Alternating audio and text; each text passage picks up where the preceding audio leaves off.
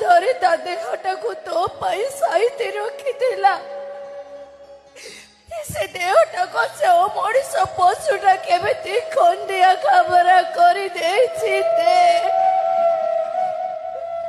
ଦେଖୁନୁ କେମିତି ଲୁହୁଲୁହାଣ କରି ଅସନା କରିଦେଇଛି। ଦେଖ ଦେଖ ମୁଁ ତ ଦେହକୁ ଭଲ ପାଏନି, ମୁଁ ତ ମନକୁ ଭଲ ପାଏ। ସେ ଅମଣିଷର ତ ଦେହ ଦରକାର ଥିଲା, ସେ ତ ଦେହ ଉପରେ ଅଧିକାର ସାବ୍ୟସ୍ତ କରେ।